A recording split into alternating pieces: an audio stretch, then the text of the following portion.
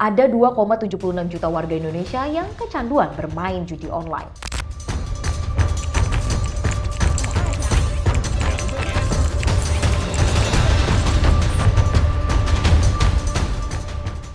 Yang bikin miris, hampir dari semua pemain itu adalah orang-orang yang berstatus miskin. Data ini sudah dikeluarkan oleh Pusat Pelaporan dan Analisis Transaksi Keuangan. Angka yang pasti sudah dikeluarkan oleh PPATK, ada 2,19 juta warga miskin yang rela merogoh kocek untuk bermain judi online. Yang artinya jumlah itu setara dengan 79% dari total pemain judi online di Indonesia. Mereka pun melakukan aktivitas pertaruhan dengan nominal-nominal yang kecil di bawah Rp100.000.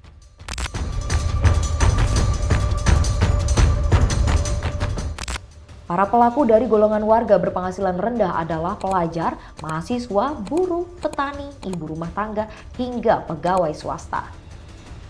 Total perputaran dana terkait judi online pada periode 2017 hingga 2022 mencapai Rp190,26 triliun dan akan terus meningkat setiap tahunnya. Bahkan kalau kata Kementerian Komunikasi dan Informatika, total transaksi judi online di Indonesia diperkirakan mencapai Rp200 triliun. Sementara kerugian masyarakat per tahun ditaksir mencapai Rp27 triliun. Menteri Komunikasi dan Informatika Budi Aris Setiadi mengatakan sejak 1 Agustus hingga 23 September 2023 pihaknya sudah melakukan pemutusan akses atau takedown 126.408 konten pada situs dan platform media sosial. Kominfo juga menemukan 1.931 rekening terkait perjudian dengan 201 rekening diantaranya sudah dilakukan pemblokiran.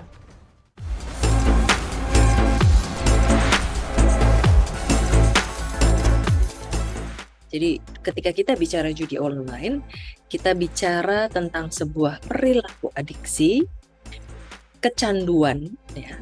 Di mana kecanduan itu ada berapa jenis, tergantung pada objeknya. Kan kita kenal ada kecanduan adiksi alkohol, narkoba, merokok, lalu kemudian pornografi, kemudian kecanduan gadget, kecanduan game. Persoalannya adalah bagaimana bisa seseorang kemudian bisa punya masalah adiksi ini gitu ya. Memang ini juga terkait dengan situasi profil psikologi seseorang, bagaimana orang tertentu memang lebih rentan dan lebih mudah untuk menjadi adiktif ya. Nah, kemudian kita menyorot lagi dari sisi tadi. Ternyata 79%, hampir 80% justru yang berasal dari kalangan menengah ke bawah. Nah, kenapa?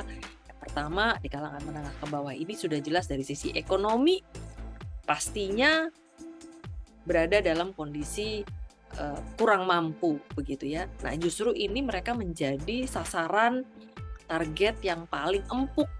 Kenapa? Karena mereka ingin uang cepat ya. Mereka belum lihat ini sebagai uang panas, tetapi mereka melihatnya dari uang cepat, seolah-olah instan. Hanya tinggal pencet-pencet doang, tik tik tik dapat uang, tik tik tik dapat uang. Nah, mereka lupa juga ya, di sisi lain itu ada penyedia jasa judi online-nya yang sengaja memang menyasar profil yang memang mencari uang cepat ini, itu uang instan. Lalu biasanya nanti akan dikasih menang dulu sekali. Ya, menang sekali dia senang gitu. Nah, disitulah dopaminnya tercipta ya. Jadi berlimpah ruah itu dopaminnya, senang, dia happy gitu. Nah, orang adiksi itu biasanya memang dopaminnya kan rendah. Nah, dia mengejar sesuatu yang menyenangkan. Nah, ketika dia bisa pencet-pencet dan kemudian menang, nah itu kan dia senang tuh. Nah, perasaan itu yang kemudian dikejar. Ya, bahwa kemudian ada faktor lain yang terlibat, masalah pendidikan, masalah keterampilan, ya kan? Seandainya ada orang lain yang tidak mungkin orang-orang yang bukan dari golongan menengah ke bawah juga kena juga gitu ya. Pendidikannya tinggi, dari sisi penghasilannya juga tinggi, tapi sekali lagi berapa persen? Ya kan? Bukan tidak mungkin semuanya dimonopoli oleh orang dengan ekonomi menengah ke bawah loh gitu. Masih ada loh yang 20% itu yang mungkin punya uang, tapi kembali lagi uang siapa? Apakah uang dia apa uang bapaknya gitu ya. Nah, ini juga akhirnya menjadi sebuah situasi-situasi yang sangat khas. Nah, persoalannya adalah ketika sudah masuk di adiksi, sudah kecanduan gitu ya. Itu terjadi bypass gitu ya di dalam otak mereka itu ya.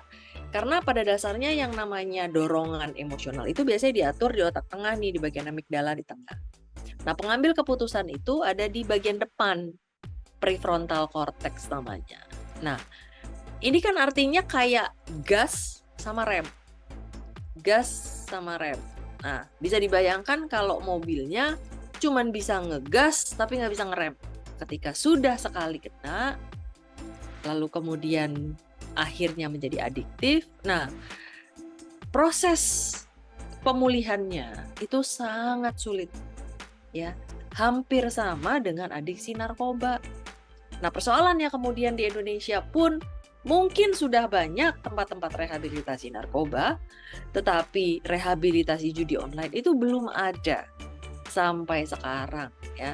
Kembali lagi ini menjadi sebuah potret dari permasalahan psikososial yang ada di masyarakat di Indonesia terutama gitu ya, di mana sekali lagi memang ada peran dari profil psikologi seseorang. Ada orang yang memang mudah dan rentan untuk menjadi adiksi, kemudian ada peran dari IT itu sendiri yang semakin canggih, lalu kemudian ditambah lagi dengan adanya penyedia jasa yang akhirnya mengerjakan ini secara profesional gitu, pakai marketing, pakai teknik-teknik strategis yang bukan tidak mungkin justru mengandung unsur-unsur psikologis bagaimana caranya menjerat gitu ya.